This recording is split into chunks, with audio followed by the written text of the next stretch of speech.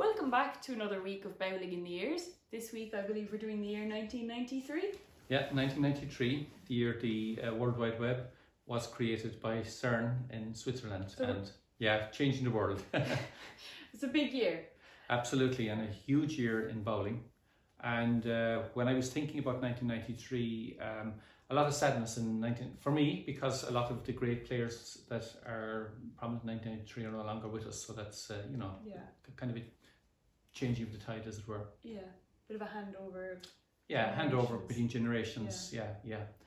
And I believe here on the set with us today, we have a picture from 1993. It's a piece of the Examiner. It's one of your own columns, and the headline is "Butler shows no mercy." This was the time in his career where he wasn't showing a lot of mercy. He was a superstar back in 1993. I didn't get the thing framed myself. My sister framed it for me as a wedding present. So that was nice. And I suppose just recalling the supreme power of Pat Butler when he was really in his pomp in 1993.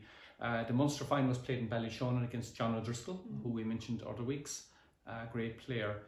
But the Munster final was over in one shot, because Pat Butler threw this phenomenal first shot, raised 2 balls of odds. And although, interestingly, John O'Driscoll fought back into the score, but Pat Butler was always just controlling it, and in the end, John O'Driscoll brought the lead under a bowl at the yard at O'Regan's, but it was never going to be a contest. And then the piece of lack of mercy here was against Mikey Gould in the All-Ireland final. So that was Pat Butler. But I suppose just thinking about Ballyshonen, and Ballyshonen as a road, I suppose, to a certain generation of bowlers. It has certain huge fond memories. It was really a very, very important road at that time. And a lot of the Munster finals were played in Ballyshonen that particular year. And the family, the O'Regans, were very, very prominent in the sport. Jerry in the pub, and then Donny and Tim were both officers of ball coming and very prominent, made a huge contribution to the sport. And it's just a shame, I suppose, that road no longer exists as a bowling road. Because for Armagh people as well, they came there for the All Islands for very many years. And what was happening in the women's bowling in 1993? In the women's bowling in 1993, Sharon O'Driscoll won the All Ireland senior final, which is amazing because she was under 18, and she also won the under 18 final. And she must have been only 17 because she won the under 18 All-Ireland, the under 18 All-Ireland again the following year. So she was a really young, up-and-coming player. Then Kathleen Cooney came to the fore. She won the very first girls under 14 Munster Championship. There was no All-Ireland. And her brother Derry won the first ever boys under 12 championship. So brother and sister, they're from Kilcorny, famous family from Kilcorny. And other years, I'm sure we're going to come back to Kathleen in particular because she made a big impact at senior level as well. And that year there was the Munster Senior League for women, which was important because it gave senior women bowlers a lot of competition for the first time. And this was one of the problems, they didn't get enough scores, and now suddenly they had a very good competition. And Mary Brady won it, and that put her on the team actually to go to Europe for the 25th anniversary of the European Championships the following year. And you mentioned a brother and sister both winning this year. I believe there was another family double in 1993. Yeah, there was. I suppose the other big family double was for the O'Sullivans from Rosscarbery, Pat and Micheál, his son.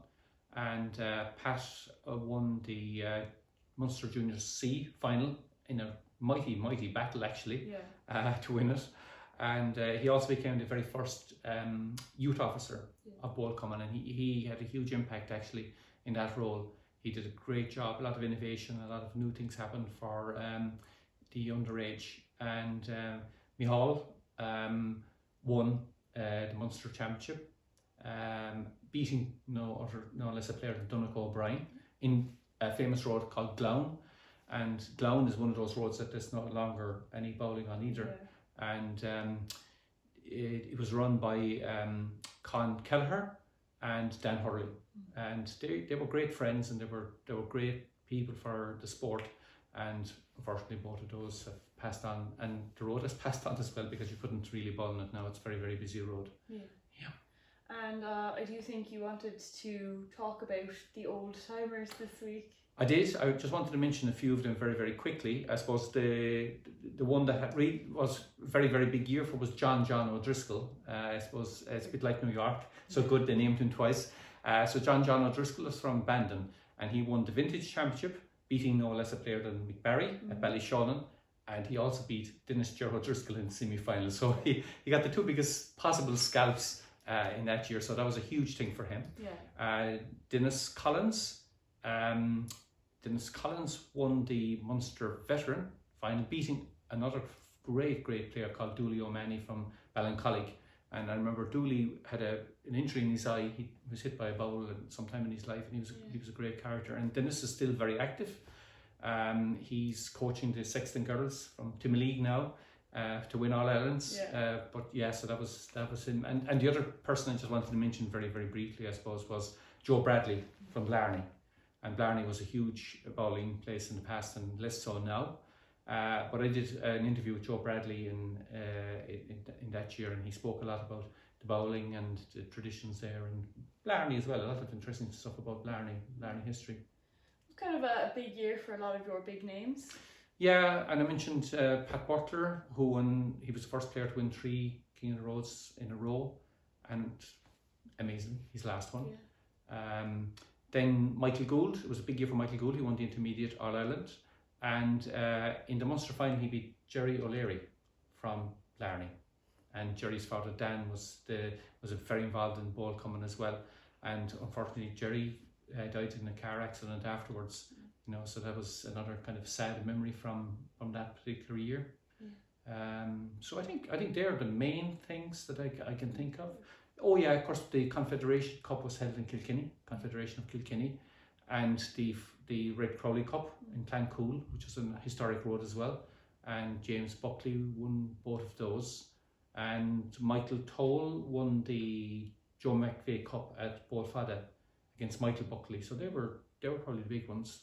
Donegal O'Brien, I mentioned, won the under-18 Ireland against Malachy Lappin, who we've mentioned before. Yeah. So it just goes to show, that these top players, they keep coming through, they keep being mentioned, over and over again. Yeah.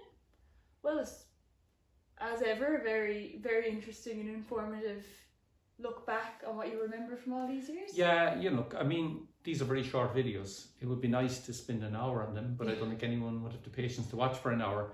But for me, so many things happened in 1993 in the bowling that it would be nice to spend a little bit more time, because a lot of great players and huge contributions, and we're just skirting past them, Well, who knows, maybe we'll start doing a podcast and you can have all the time in the world. All the time in the world. Put people to sleep.